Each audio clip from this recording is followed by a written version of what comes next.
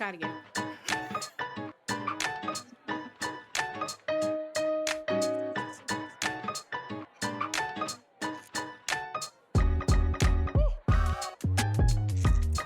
Hello, everybody, and welcome to the official first episode of Daddy Daughter Dishes. I am Kiara, and I am here with my daddy. I'm BJ, Benjamin Nelson, to all who don't know. If you are listening, he put up both hands like a baby trying to be picked up. So today is, I feel like we should have like a confetti thing, like because it's our official first episode.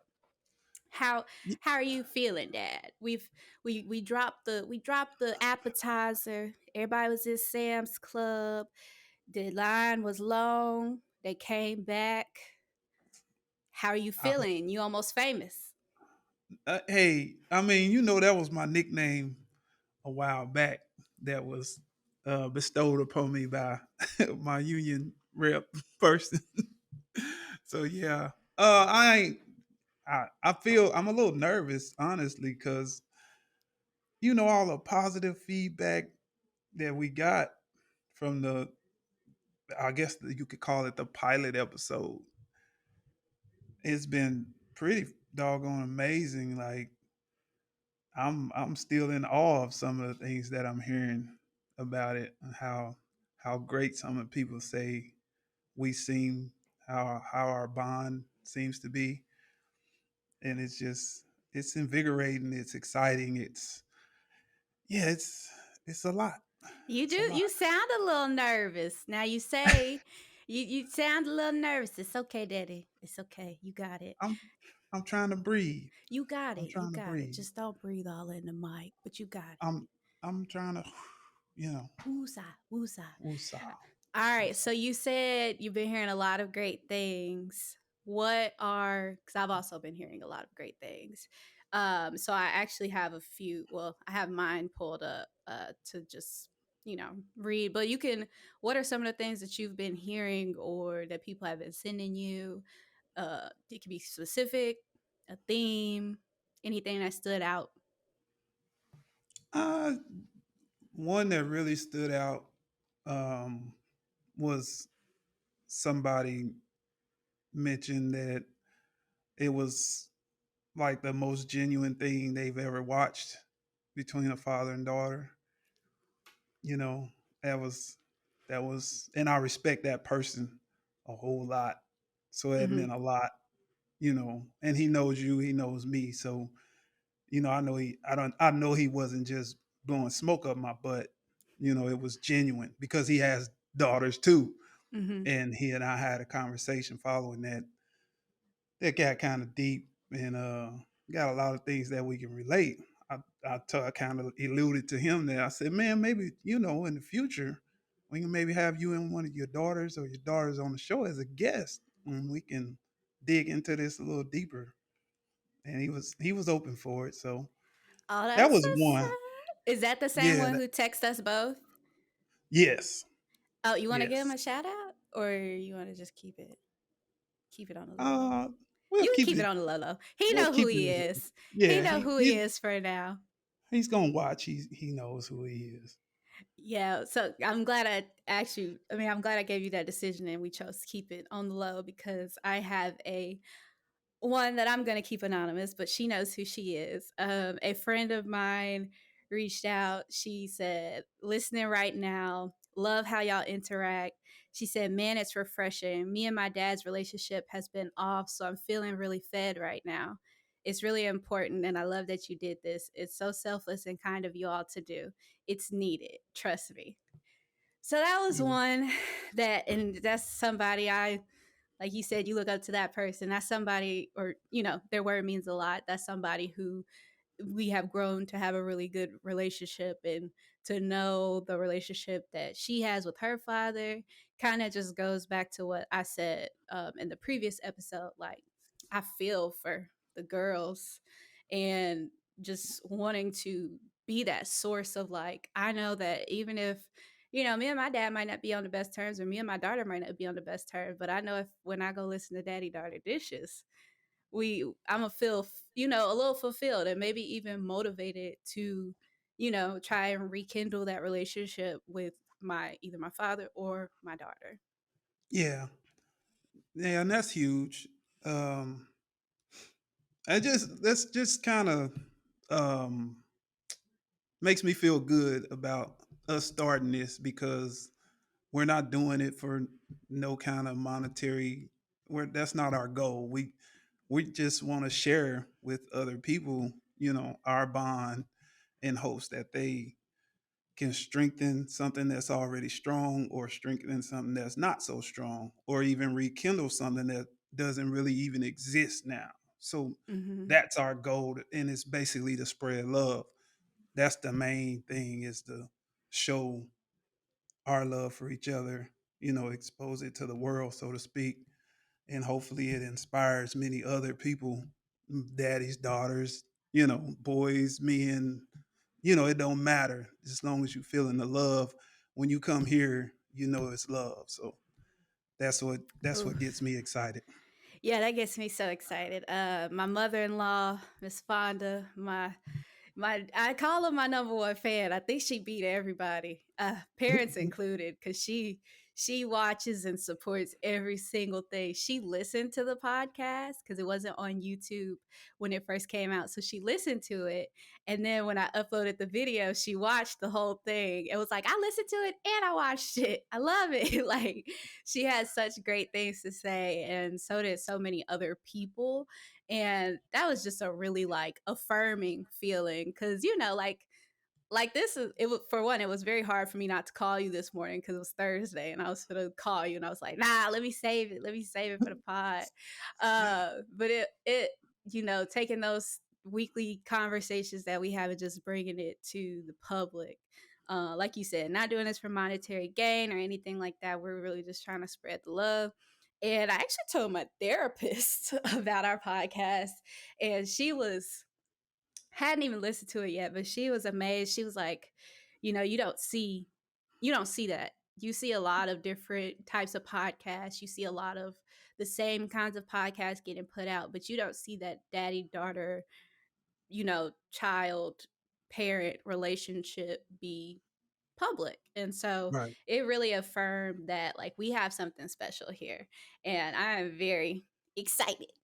Yeah, me too. I'm excited. Look at I you. might sound nervous, but man, I'm excited. I'm excited. I can feel something special going on.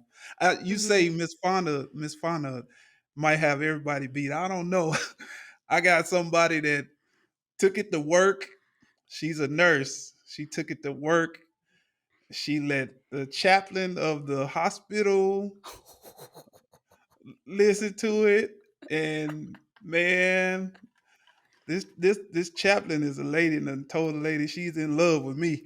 Like, Oh, goodness not gracious. not Not like for that. sale. No, no, no, not Oh, like that. never mind. I retract my statement. Yeah, not like that. It's just she just admires just another person that kind of admires what we got going on. You Hmm. know, that it's new to people, and a lot of people, they haven't experienced something like this. And I was always told, if you find a niche in a market, that's how people, become wealthy or whatever. That part, with that being said, I think we have tapped into something, that because I'm hearing that a lot too, that you don't see what we got going on. And that's the part that's exciting. It's just exciting, and I'm ready to get with it. It truly is. Like you said, I share the same sentiments, but enough blowing, you know, making us feel good and hyping us up. We not here for all that. Nah. In the last episode, we did touch on one talking topic that I not I do want to follow up on. So there were some words that you said where you said that about the unconditional love, right? Mhm. And I wanted to do two things. First, I wanted to kind of at my sister Mariana in the best way. This is not no shade or nothing, because when she heard that, she is a 15-year-old child. So when she heard that, I'm not sure she really registered what the unconditional part meant. And so I think that triggered something for her that made her a little upset. She felt a little left out. But I just wanted to kind of like I told her on the phone, we've had this conversation, but I wanted you to share like what does unconditional, which we kind of touched on, but like go into more detail as to what does that unconditional love mean for you? Like what are some like staple moments that have made you feel like, yeah, I messed up. Yeah, everybody else might be hating me right now. They might be, throwing dirt on my name, but this happened and this made me feel, you know, like I'm not just left out to dry. Well, for those who don't recall what we're talking about, I kind of I made a statement saying that I've only felt what I feel is unconditional love from two people in my life, and that was Kiara and my mother, Anne Marie, rest her soul. For me, as far as what that means, it's like it didn't matter what I may have done or might have been doing. Uh, as for example, with my mother, she always, would put me in my place, would, remind me that that might not be the best way to go about doing things. You know, at the end of the day, whatever she was doing, that we'll call it constructive criticism, it was coming from a place of love. It wasn't coming from a place of judgment. It wasn't coming from a place of trying to make me feel like shit, if I was doing something wrong or that was inappropriate. She always had a way of correcting me and making me feel loved at the same time. Like she wasn't, Mm. she might have spoiled me, a little bit, A but baby boy. in those moments, I didn't feel like I was spoiled. I felt like I was being, you know, reprimanded or corrected. Hmm. But at the same time, excuse me, I was feeling love at the same time. So that's kind of what I mean by that. And then she always ended everything with a hug, and a smile. It's Hmm. just warmth, you know, just just goodness. Hmm. My mother was she was something else. She wasn't a perfect woman by any means, but she was mama, and she passed away in 2007. A couple days before my birthday. Yeah, June Hmm. 24th of 2007. So that's always been tough for me. You Hmm. know, thinking about her. Um, as far as you, I don't know. I guess it's been part of the way that we try to bring you up. To be open, to be honest, to be respectful, Hmm. but to speak your truth. And if you saw me, if you noticed, let's just say me and your mother was going through some things, and you had a way of, even as a youngster, letting me know that, Dad, that goes against everything that you call yourself teaching me. You being a hypocrite right now. Like I ain't, I can't really just put it exactly in the words that you might have used, but Yeah. the gist of the message that you were getting across was that you teaching me this, but your actions right now are not displaying what you're trying to teach me. Hmm. And I'll give you an example, and it's not really necessarily was something that I may have been doing wrong when I had a trucking company and it was going under, I remember. and I was in a dark place. I I was remember. feeling depressed. I was feeling like a failure. I felt like I was by myself. That was a tough time for me. And you called and you was like, Daddy, you are not a failure. You set out to do something, you took a chance, and for whatever reason, and there was a lot of them, it just didn't work out.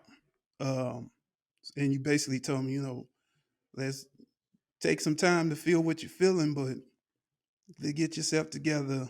I'm here if you need me, and it's gonna be okay. But one thing you are not is you're not a failure.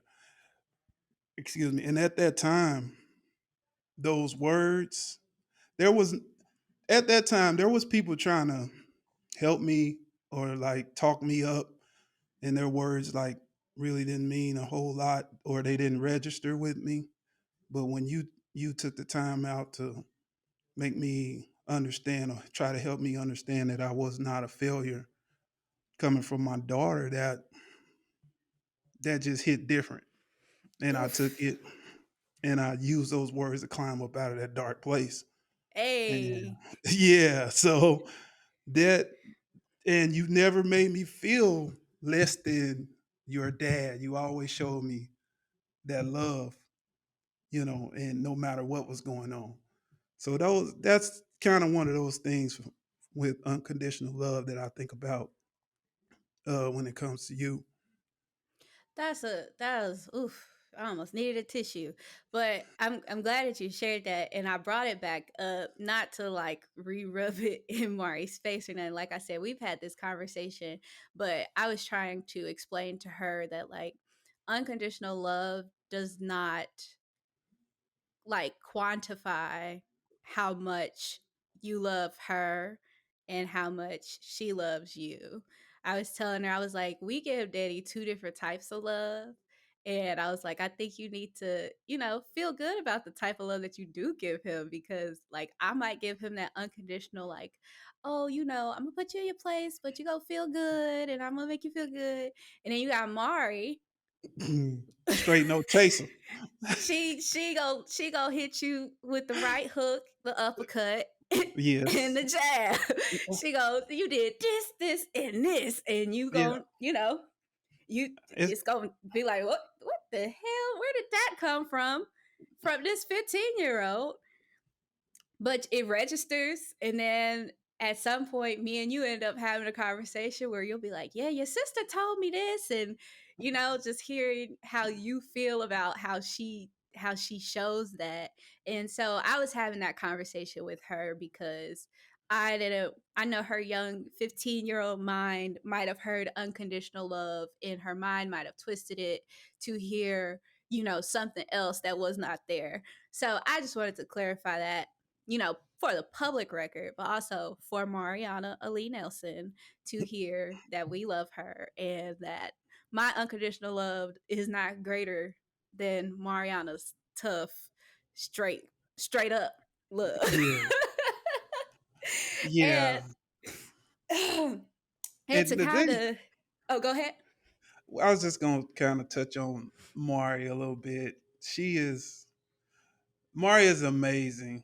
I always I told people I went to a parent teacher conference at her school, and I told the people straight up. I said, I need y'all to challenge her. I said because Mariana got potential from where I sit. Mariana has the potential to be a Fortune 500 CEO if she wants to, or this is our podcast. I'm just gonna tell Mari got the potential to be a queen pin if Oh, she wants. absolutely. Mariana, top of the Mari got chain. Mari got she got her potential is unlimited. If This is not I evidence always to be used in a future case hell against no, Mariana. but hey, but the girl, if she put her mind to it and work, whenever she figures out that she can work to get whatever she wants in life, that's when she really gonna become a dangerous, not a Yeah, we know. not We dangerous, know what you saying. a force to be A reckoned with force to be in reckoned life. with. And And she already a force now. So it's like imagine how she'll be when her mind matures and when she's actually ready to take on the world. And I mean that goes like that's credit to you and mommy also. Like y'all raised that fierce little girl and she is hey, showing every aspect of it. She will not let you forget that. I tell you what, here's something that just kind of popped in my head. Like as a parent, you try to like I said, we try to raise you to be open, honest, respectful, speak your truth. So when your children get up to that age and they start being open and honest and speaking their truth, and they kind of flip that shit around back to the parents. As a parent, sometimes you just be like, hold up, first of all, who the fuck you talking to? Like, When how the you gonna student becomes the teacher. right? You just be like, hold on, man, like this ain't. But then you have to, as a parent, you got to catch yourself. You be like, hold on, this is me anyway. Mhm. This is the way we raised this child to be. You know, she's not being disrespectful. She's being open. She's being honest. She's speaking her truth. And as an adult, I shouldn't just say a parent, as an adult, sometimes that's a hard pill to swallow when we get that feedback from those children that we raise. And some adults who haven't, let's say, been around that child or been around that family to know how they're raising their children, Mm, they mhm, don't understand that at all. They look at it as disrespectfulness and mhm. being out of line and being out of pocket. And it's not that way. That's just not the way it is. As long as my child is not being blatantly disrespectful and she's telling you what's on her mind, she ain't got no control on how you receive that message. you gotta you gotta check yourself because that's her truth, and that's how Exactly. she feeling at that time. So that's an adjustment. I say that like I ain't got that mastered. It's an adjustment. It's something that dealing with Mari it's constant, and that's one of the things I love about her. And I only want the best for her. I just she's different. You Mhm, bringing you up and bringing her up is like night and day. Y'all mhm. are two different people. That's something else that I had to swallow or get adjusted to. Like I can't look at her and be like, well, when Kiara was coming up, she didn't do this or Can't she do do that. that's unfair to her. That's Unfair. not cool. And it can cause some damage. So I do my very best not to make that comparison, when dealing with her on things. But I love her. Absolutely. I love her to pieces. And there Yeah. ain't nothing gonna ever change that. Yeah, that's our Marmar forever. So we Yeah. we shout out to Marmar. You got your Hey segment, Mari. girl. We gonna have you on real soon. But I think that was the first thing that I wanted to touch on about the unconditional love. And to circle back, I wanted to do my second.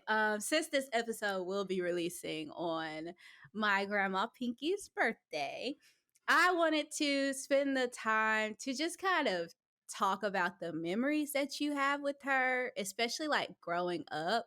Because one thing when I was thinking, I'm like, I remember the memories I had with Pinky, but to an extent, I don't really remember memories that me and you had with Pinky together or, seeing you guys. And I'm not sure if my memory just is not clicking like where that might have happened because I know a lot of times she was watching me, she was helping raise me. So that's why you weren't there because you were like on the road or doing something. And so of course like you weren't there because she was helping raise me.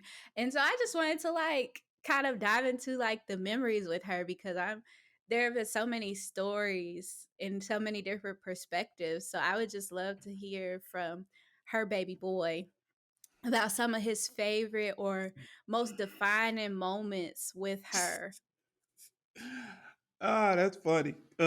What's There funny? there's so many memories that involve Anne Marie. Her birthday is on February 8th, by the way. Um, there's a couple that 1951. yeah, there's a couple that stand out. And some like I remember when I don't know if it was my first ass whooping she gave me. So man, it's like I wanted to have some company, and I came in the house and asked her, if I could have some company. She was like, "No." So I got mad. I don't know if I threw something down, but I come running down the hallway to go back outside and she was following behind me. I got out that door and basically slammed the door in her face. Ooh. Yeah, and she, man, like she didn't say. She just went on. She stayed in the house. She let me go Mhm. outside and didn't say nothing. Didn't send nobody after me. Man, when I tell you I got back into that house that evening, it was some ass cooking going on. She told me up, man. I don't think I done slammed the door in life since. That's that might not be a good memory, but it is a memory it's for a sure. it's a memory. It's a Uh, memory. what else? One of them, like when I got to when I was playing basketball in high school, it was a staple for me and her. Like mama, she loved Coca-Colas. And she did not like to share her Coca-Colas. Oh, we relate. So She put me on. after every game, I would come home and make like I was tired or whatever, take a shower, lay on the couch, like, and she'd bring me one of her Coca-Colas, say, "Here you go, son. You did good tonight." And I'd just be on that couch in seventh heaven because I know mama gave me one of them Coca-Colas. Boy, you don't get one of them Coca-Colas. She gave you the golden ticket. You was like, I Yeah, got she one of gave me the Mama gold. Cokes. Hey, Was it the bottle? It was the glass bottle. yep, Oh yep. yeah. Yeah, them glass bottles hit something different. They, they, I remember she gave me my first glass bottle of Coca. She gave me a lot of my first, but them I remember very distinctly because I was confused as to why the bottle was glass. For one, I was like, "Where's the cans?" And she got the little bottle opener and cracked it open. It made that noise, yeah, and I absolutely. drank that thing. I was like, "Ooh, Grandma, what you got me drinking? Is this drugs?" Hey, that that's ooh that's a I never heard that story. yeah, that was Just one an of aside, like this is why I'm loving the podcast because that's not something that you hear. You know, we us as Nelsons, if any Nelsons are listening, they know that we get together, we share pretty much the same stories, and yeah, so yeah. it's nice to hear a variety, and hear just different stuff. I know one memory. Well, I have several, but the ones that stick out most are Grandparents' Day. I was in the third grade, and we had a Grandparents' Day program where we were like singing about our grandparents and how much we loved them or whatever. And Pinky lived like, what's that, 20, 15 miles away and was not supposed to be driving. Oh, She had been getting. you talking about? she, Wait a minute, hold on, wait a minute. You talking about when we was living in Metropolis? yes.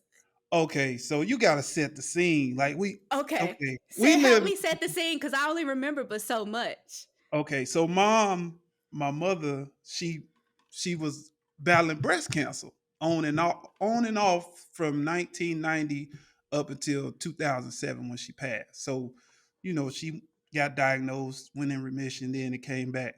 So I guess that would have been we moved to Metropolis in geez 2004. 4 or 5. Yeah, it was 2004 because I started working with BDR. Best way, Best way BJ. to BDR. Anyway, but mom was going through it with the cancer again at the time, and she lived in Ullen, which Ullen, the metropolis, is about a 30-minute drive. And mama wasn't supposed to be driving. So That being that's said, why that's why I had to stop yeah, her. set that scene because I wasn't Yeah. gonna do it right. So I'm glad you did. That being said, I had mentioned it to her. I wasn't even on no like I would love for you to come. I was just like, yeah, we having a grandparents' day celebration. My other grandparents, I don't think they weren't there. No. So I'm standing. I'm with all the kids, all their grandparents. It was mostly white schools, so it's all these white faces, occasional old black man, and we sing about the whole world.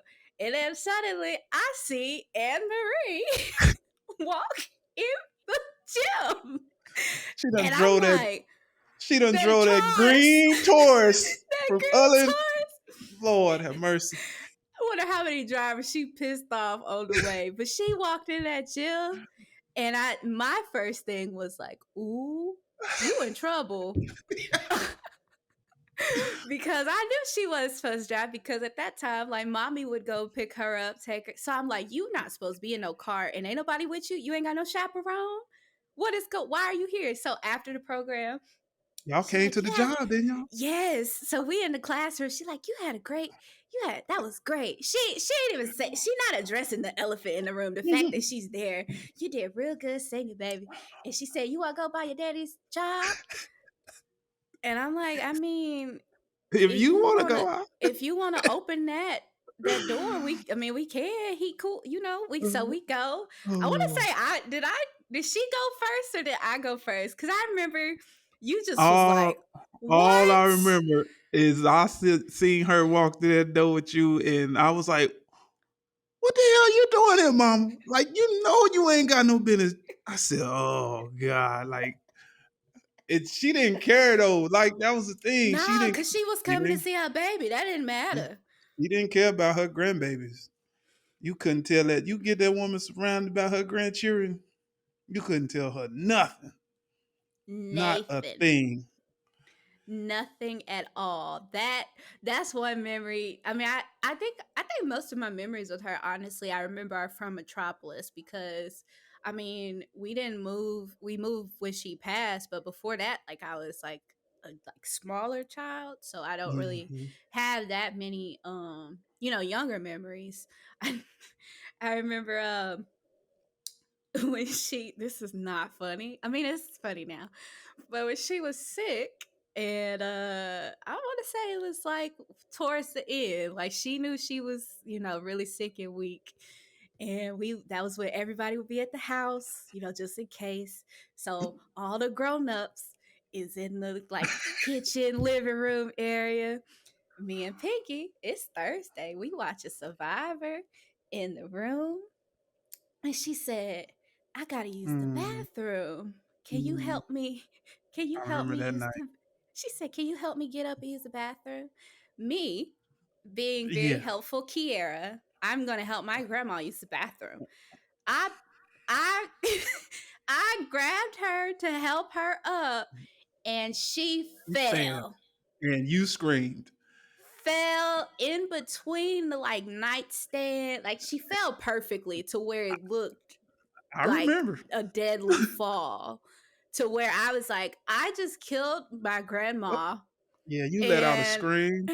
I'm going to prison. I don't know what they do to 7 and 6 year olds in prison, but I'm finna find out.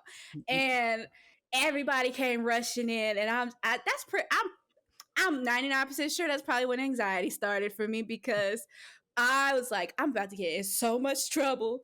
And you specifically took me out of the living room. You was like, you're not in trouble. You're not in trouble. You was like, are you okay? And I'm like, yeah, I'm fine. Pinky fell. Like, go check on her.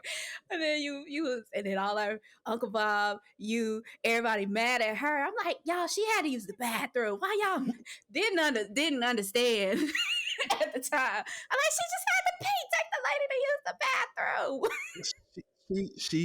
She got to a point where she would be doing too much.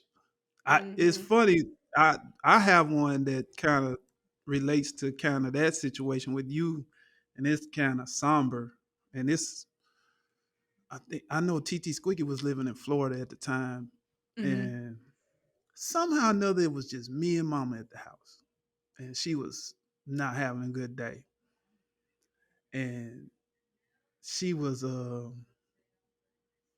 she had to go to the bathroom, and I was the Mm-hmm. only person there, and she was hurting. She was done. Like she Mm-hmm. looked at me. She had that look on her face, and Mm-hmm. she was like, "I, you my son.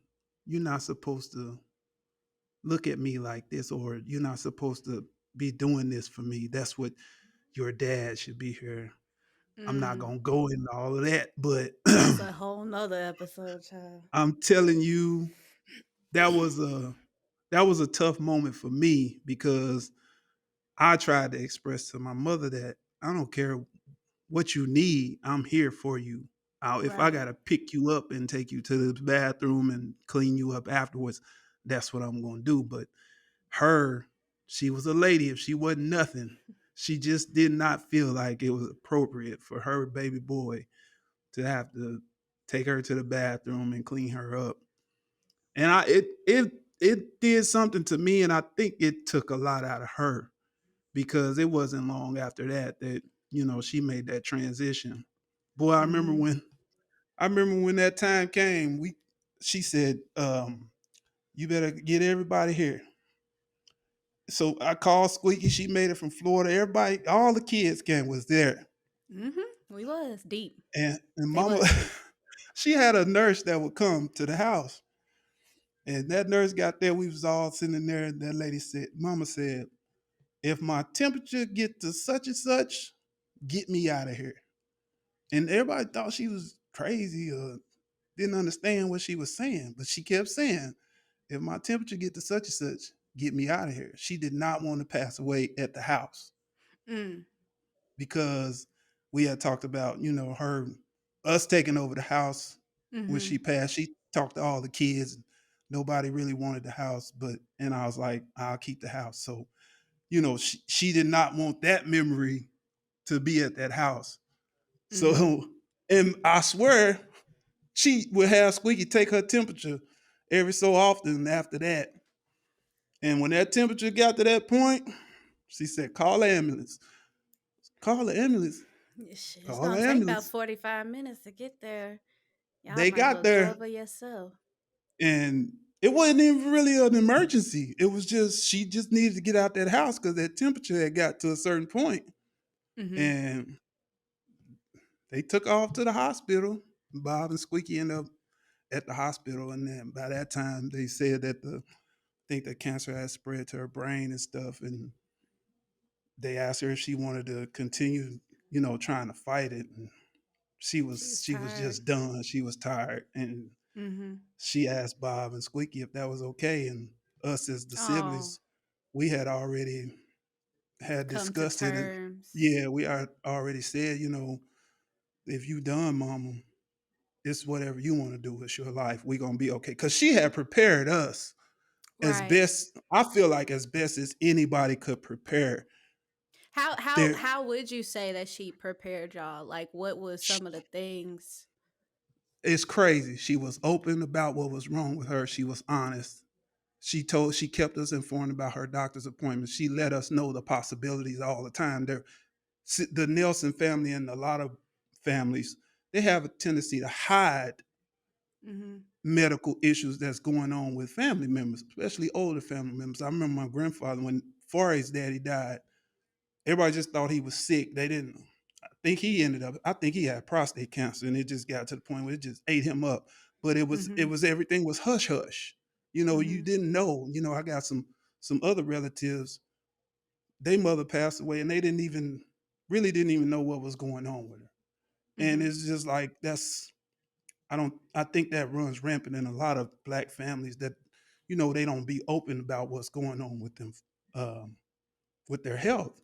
But my Mhm. Anne Marie didn't do that. She experienced because Leroy, my Forrest's father, was one of her favorite people, and Mhm. that hurt her when he was like a father figure to her. So that hurt her when he passed away, and um, she really couldn't explain to us what was going on. She did the What was best she going on? could, yeah, and she just made a vow. Mama was big on family, and she just made Mm. her biggest Yes, thing was indeed. she gonna keep her family together no matter what, and her biggest thing was she just didn't want to keep no secrets from us. And she made Mhm. it clear, don't be at my funeral crying. This is a celebration. I want this, this, this. I mean, she laid it out like, It and we was did very organized now that I think about it. we did everything that she wanted to have done. And it indeed ended up being a celebration. It was not a sad occasion. And Yeah, no. but you think about it, mom was only 56 yeyears old when she passed That's the away. part that's what I was gonna touch on because how old were you? Um, sh- Like, you was in your 20s? Mhm. That so when I was, like, younger, that wasn't in perspective for I was me the way 30. it is No, I now. was, hold on a second. 75 to '07, Yeah, 30, I'm not good at math. I can do it 32. real quick. I was 32? 30. Still young, still very young. Yeah. Um, if the math is wrong, I'm sure somebody will Yeah, correct some if us. if that math ain't right, somebody let me know. Just know I saw my daddy as being, like, really young still, and so that really just clicked to me, like, maybe 3 years ago, like, how young you were when you lost your mother and how young she was when she passed because, as we age, like, I always compare, like, the milestones, like, I think mommy had me when she was 23. Soon as I passed 23, I was like, "Yeah, I beat my parents, ain't got no kids." So, to know that I'm far from 32 or however old you were, but to know that I'm getting to that point and then to compare y'all's ages to where she was and all these older people that I know, it's like that was really early. That Yeah. was not the way it was supposed to be. And that really shakes me every time I think about it, especially for you. And that's one of those things where I'm like, I just be one like we when you was here, we was watching the oh, who was it? Dion Cole. And he was talking about Yeah. how he lost both his parents and how it really Mhm. changed you. And he was like, man, if y'all know somebody lost both their parents, just hug them because that changes a person. And I've always thought that about you and your siblings. Because that's, I mean, I don't even want to imagine. So it's like to I just I feel so much more like warmth for you when when we talk about Pinky, and that's why I love sharing stories because to know that like I'm really close to that age, and y'all are getting close to that age, and granted science and things have progressed since then, and y'all go to the doctor regularly and haven't had any issues yet. Any issues? I ain't gonna say yet. Y'all haven't had any issues. And so that's just something that like sits with me. Like it's something you didn't really realize as a kid. I'm just thinking, yeah, dad, my grandma passed away. But as I'm getting older, I'm like, my grandma passed away in her 50s. There's people out here with grandparents in their 90s. And I'm like, dang, I didn't even get to enjoy, like growing up with her. I just kind of, lost her after 7. I was 7. And it's just, I don't know. It's just, I don't even know where I was going with that. But I feel, I'm like, my daddy lost his mama so young. I can only imagine what that has done, like what that did to like you at that age. Well, it first of all, I feel like, and me and my brothers, we always say, my mama used to always tell us, "You ain't gonna really become a man until I leave this place." Oh,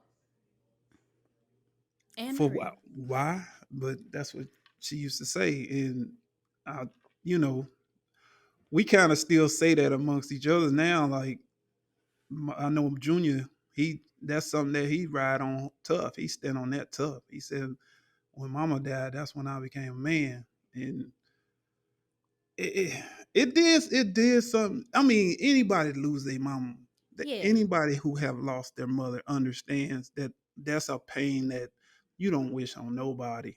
Like, but to lose her at such a young age, relatively young age, because you got, I think Squeaky is approaching that age now, Mm-hmm. and it's crazy because Mama, she grew up rough, Mm-hmm. didn't have Yeah. nothing. Like they didn't have nothing down there in Louisiana. Somehow they made their way to Chicago. That's where she met dad. But her upbringing was tough as hell. Like she's witnessed some stuff and experienced some stuff that was very, very traumatic. Mm-hmm. And I think all of that might have had a part to play in Mm, her health and all that stuff. So yeah, and yeah, internalizing that can definitely fester into something bigger. You know how they say like, you gonna worry yourself to death or you gonna and do literally XYZ. that was like, you think about Mama, she didn't have a real good relationship with her mom growing up. She experienced some things that would set anybody off. Um, Mhm. Broken family. So her main motive, Mama didn't care about. Like I said it a few minutes ago, her main thing in life was keeping. When she had a family, her thing was her family. That was her motivation for everything. Was her family. Like she was gonna do whatever she. That's why we used to have them dinners at the house when we were Mhm. driving trucks, and we call her. Let it be a Friday or a Thursday, and everybody know. You had me. You at one point you had Fari, me, Bob, and Dave, and numerous cousins driving trucks, and we would call and say, "Mama, everybody gonna be home this weekend." Daddy'll be coming here. Go get some ribs. We're gonna get some Go ribs. go get some babes fish. Mama gonna she gonna boy. Mama used to do that skillet fried barbecue chicken. Oh man, I Man, love that. I woo. thought Fari came up with that, but that is jogging with the cabbage, right? Skillet fried barbecue chicken, corned beef and cabbage and cornbread. Yes. And it was like drumsticks. Yes, Yeah. Yeah, I remember. Yeah, that's one she. thing. That was a. That was. We got truck friends that was driving trucks with us back in the late '90s that talk about those meals to this day. Like it would sometimes you would come past like we lived on 2 acres of land, Oh yeah, and Blue sometimes House. you would come by there and there might be 5 semis sitting in the yard and a couple more Mhm. uptown, and we just have a good old cookout and people just eating, drinking, having a good time. And No those invites and people no was no pulling up and getting plates. Anyways, people would be driving by, see who all them cars pull in there, get your hit the plate. brakes. What y'all doing out here? I'm Yeah. like, not another one. Goodness Now sake. when Can y'all now when go somebody home? pulling it now when somebody pulling the driveway, if I'm there, I'm cocking that thing. I'm like, who is this? I ain't got no Right. business pulling up in my drive. Don't do no U-turn in my driveway. Right. Yeah, no, it's crazy that she passed away in 2007, but that's one thing that I don't I don't know if she purposefully did it, but she definitely instilled that like family aspect even in her grandchildren. Like I was only 7, and I remembered so many of the times of just coming together. And my favorite part was when everybody would just be to like just everybody in the house. So we in a little Yeah. double wide trailer. We in this Yeah. double wide trailer, and it's full of people, and we just Yep. having a good old time playing Pokino. I got my little change jar, and she let me take her one of her favorite cards, and mommy was like, "Oh, she must really like you. She let you take one of her favorite cards," and I'm like, "Winning! I got Pokino. I got $3," and to this day, like that's one thing that has been really hard for me. Well, yeah, it's been kind of hard as like redefining what that family means to me, because like we don't have those, like the last big gathering we had was when Fari passed. Like a lot of people say like family only get together now when somebody passed, and like to know that I'm so far away because I'm in North Carolina, y'all are in Illinois, and to like be like, dang, my idea of what family was is not like I can't go back to that. Like my friends be like, yeah, I'm going to see family back home. Like we're spending, and in my head, I'm like, I don't have it right now, but I'm working on redefining what that family means to me. And it's really cool to kind of compare. And I'm like, I won't have the double wide. I won't be cooking for everybody and their mama to come slide through for a plate. But I do have the greatest relationship with my in-laws. And once everybody starts planning for families, I'm like, that's gonna be our, and then y'all, like, that's gonna be our family time. So I'm like super, even though it's sad, you remember the memories and you miss them, but I look forward to creating like newer memories so that we when we get older, my grandkids will talk about, I remember back in the day we used to go to her house and she let me drink a coke, like Yeah. just to instill those memories and make those impacts on people, because I'm sure a lot of things that occurred during those times was like what we needed, like family time. Like I've noticed now when I don't go without either seeing y'all or if we don't go without seeing CJ's family for a while, like I start feeling some type of way. And Oh, I'm like when y'all came, you and Mari came and y'all flights had got canceled. I oh yeah, that asked was. CJ, I I threw a already know. fit. Mark. You would have thought that somebody told me that like I couldn't, like I was on punishment. I tried my best, but I was like, they not coming. Like I've been needing this. And if they don't come, that's gonna break. Like I It's gonna I don't break your know what I soul. was feeling. It's gonna break my soul. Like I need family. I need somebody. Meet me in Knoxville for God's sake. Like I just need to see somebody. I need to touch somebody that's got the same blood as me, please. Hey, And so that's just that. That's really important to me, and that's one thing that like I always loved about Pinky was that family, and that's one thing that like I will. She been gone since 2007, but that that seed she planted still stands strong to this day. oh yeah. I mean, you said something a minute ago. I kind of got to push back on you for us. Uh, it's like, and I hear that from a lot of people. They say family only get together when for funerals after Oh certain yeah, people pass away. But you know, I I personally took that on. You know, to make that to break that cycle for the Nelson family and people anybody affiliated with the Nelson family is like every I started a deal where every summer I would do a thing called a celebration of life celebration of life, just so we could have those get-togethers that didn't involve, a funeral. a Like, funeral. and I'm We just telling having a you, celebration without the funeral. we was celebrating life. Like it was times I would just post on Facebook, hey, if you in the area Yeah, I at this remember. time, Hmm. just stop through. We gonna We kick it. had porta potties, y'all. This is how big these Absolutely. celebrations of life was. We had several porta potties because And the one thing they didn't want was you coming in and out that house. You was gonna be outside, so you was gonna use that porta potty. You was not too good. I had to use the porta potty. I wasn't too good to use the porta. I lived at stop that it. You house. making up stuff now. But anyway, No, I back did to use the porta potty. you didn't have to. I got something to say offline. I ain't gonna It, say it because she gonna anyway. the person who told me I had to use the porta potty, not mine. I ain't talking about my mama either. Y'all could probably deduce who I'm talking about. Talking, you it, ain't been. Anyways, sorry. anyway. uh Back to the celebrations of life. Celebrations of life. Those get-togethers were epic. And it got to a point where my cousin Zipporah, she done a couple. Pud try to do something in Memphis.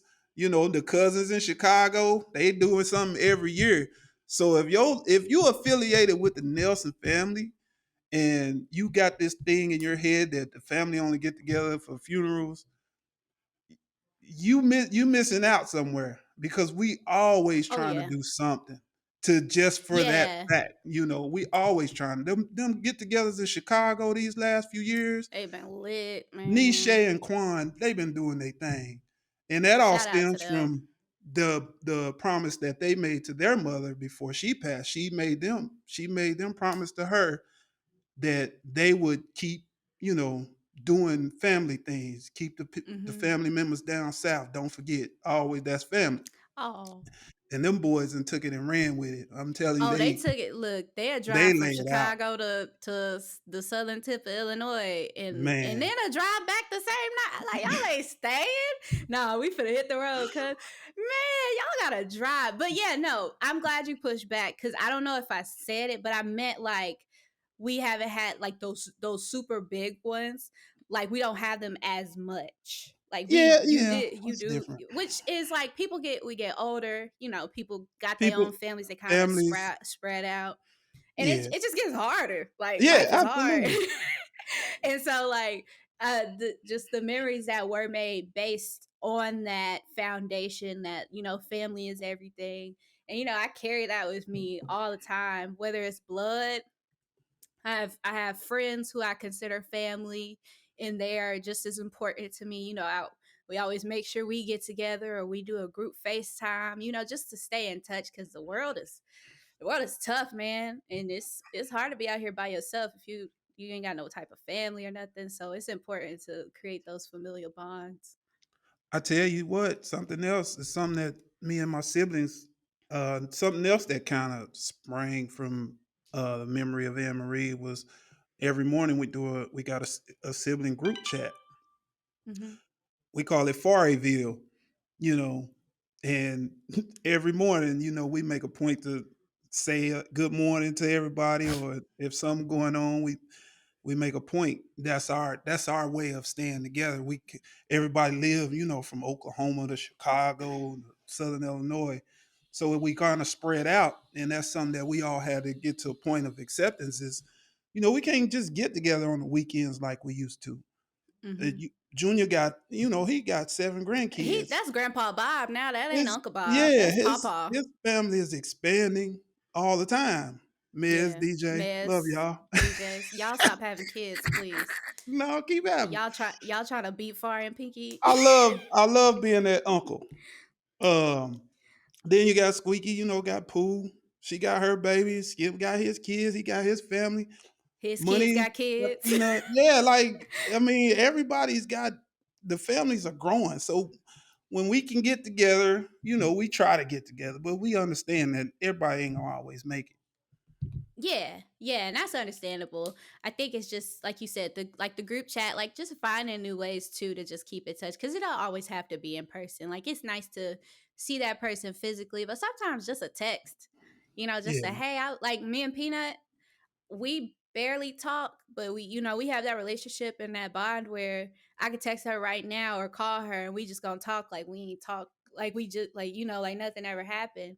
And so just staying in touch and not letting time you know uh like decrease the quality of those right. relationships. Yeah. Just keep always keeping them intact. Ooh, that was that was an emotional one, wasn't it? Yeah, you took me back. I wasn't expecting to go with the pinky You memories weren't. tonight. I wasn't. No. Oh, did you have something to talk about? Mm-mm. I mean, Oh, I'm I just thought I thought you felt it coming. Man, not no. this been brewing on my mind for I've been waiting for this one. Have you? I was like, yes, I got the name of the episode and everything. Cause So that you, was Pinky was my girl. I know. So I was going to ask you, how do you remember how you came to start calling her Pinky? Mm-mm. I don't I either. gave her that nickname. Yeah, you the only person I know used to call her Pinky. Oh, we used Mm, to call TT Shalise. Her nickname was Pinky. I mm. bet your mama know. You might have to pick her brain. I feel like I've heard this story, but I probably need to check my sources because my brain be making stuff up sometimes. Like you Yeah, claim the porta potty story was made up. It was not. Um, I did not say the story was made up. I said you didn't have to use the porta potty. At least you yeah, wasn't, according to the guidelines that the yeah, yeah. porta potty was brought to the house. You were not one of the selected individuals that was supposed to use the porta potty. Yeah, yeah. The self proclaimed events manager of that night had told me that I didn't need to be running in and out the house, so I used the Good gracious. but I yeah, ain't no, know I nothing don't. about it. Yeah, no, it was nothing big. It was just funny. Yeah. Um, and but yeah, no, I don't remember why I started calling her Pinky. I just remembered us Pinky. Mm. I feel like it might have had something to do with Teletubbies. I'm not sure though. It probably did because you was a huge Teletubby fan back in the day. There was Tinky Winky. That's why I think that's why I call you Wink today. Probably. Well, no, you call me Wink because that, right? Cause what? Because I can't wink. No, oh, man, don't give me the line. It's just a name that done stuck. Really? This whole time I thought it was because I couldn't wink. See, it don't work like that. I don't know. It's not an Nelson G. Well, Daddy, we just hit a whole hour. How are you feeling after the first official episode? I feel like I should. I feel like I gotta play some. Let me see. Yeah.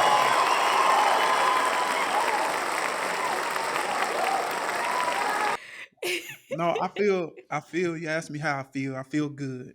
I feel really good. I just like what we got going on. I think we're going to attract more like-minded people to this thing, and Mhm. I can't wait to start having like guests on every Man, now and then, and just kind I'm of so excited. just that. Like neither one of us are therapists or counselors or nothing like that, but Absolutely not. just getting into some deep, honest conversations with people that are more that are willing to be vulnerable and open Mhm. to the public about some of their stories. Because I've been reading this book. Mhm. What you been reading? What's the book called? It's called Daring Greatly by Brene Brown. Oh, you had it right beside you. You been reading Man, for look, real, for when real. when I tell y'all, if you ain't go get this book, and I don't know Brene Brown from a hill of beans, but this lady got some information in this book. I'm just gonna read y'all this definition of love as we, end this episode. Oh, this is good. This lady says, I guess she had a book called The Gifts of Imperfection. She says she shares the definition of love that she developed based on her studies, on her data. And here Mhm. it is. She says, we cultivate love when we allow our most vulnerable and powerful selves to be deeply seen and known. And when Mhm. we honor the spiritual connection that grows from that offering with trust, respect, kindness, and affection. Love is not something we give or get. Mm. It is something that we nurture and grow. A connection that can only be cultivated between two people when it exists within each one of them. We can only love others as much as we love ourselves. Ooh. Shame, blame, disrespect, betrayal, and the withholding of affection damage the roots from which love grows. Love can only survive these injuries if they are acknowledged, healed, and rare. Man, when I read that this morning, Mm. I'm telling you I'm gonna that need to go this get that book. is some powerful stuff about shame and building resilience to shame in this book Mhm. that many people can benefit from. And I'm glad I found this book because That's it's a powerful book. man. That line in itself got me ready to go buy the audiobook. I'll put the book in the podcast episode description. Yeah. So if anybody wants to, get a taste of that, whew, deep, them deep words, y'all can do so. I look forward to hearing more about what's in that book. But you come with all the sentimental, the heart touching stuff. You know what I got for you? Probably a dad joke. You know I do. All right. Well, it's yeah. I'm still tripping off the last one. I don't know how I didn't get that one. I asked my boss for a raise because 3 companies are after me. He asked me which ones. I replied gas, water, and electric. I'm not even. Hey man, Duke Energy want their bills paid. I need a raise. That's funny because I have compensation talk with my manager tomorrow. I'm gonna run that by her, see if she like that. She might take my raise away. I ain't gonna do that. Yeah, you tell that joke in the meeting, you gonna get demoted. Dog. You absolutely right. She gonna say, "Nah, you an intern now." She might walk you out the building. nah. She ain't gonna do that. She ain't gonna do that. Well, that being said, thanks so much for listening to Daddy Daughter Dishes, the official first episode. If you guys enjoyed this episode, please take a moment to review our podcast on Apple Podcasts or Spotify or wherever you listen to your podcast, and you can rate them. It's nice for us to hear the ratings and stuff, but it really puts us on the charts and puts us in people's recommendations who have similar interests to you. So be sure, if you did enjoy the podcast, to give it a 5-star review on Apple Podcasts and subscribe to the podcast on Apple Podcasts, Spotify, wherever you get your podcasts, and on YouTube, because we And have on the YouTube. full. We got the visuals. If That's you like right. to see our facial expressions and our gaps and our gums and our little thing in between our teeth that we referenced in the last episode, go to the YouTube channel, search Daddy Daughter Dishes on YouTube, and subscribe. Share the video, share the content, share the love. And until next time, we'll see y'all later. Thanks for watching and listening. Bye.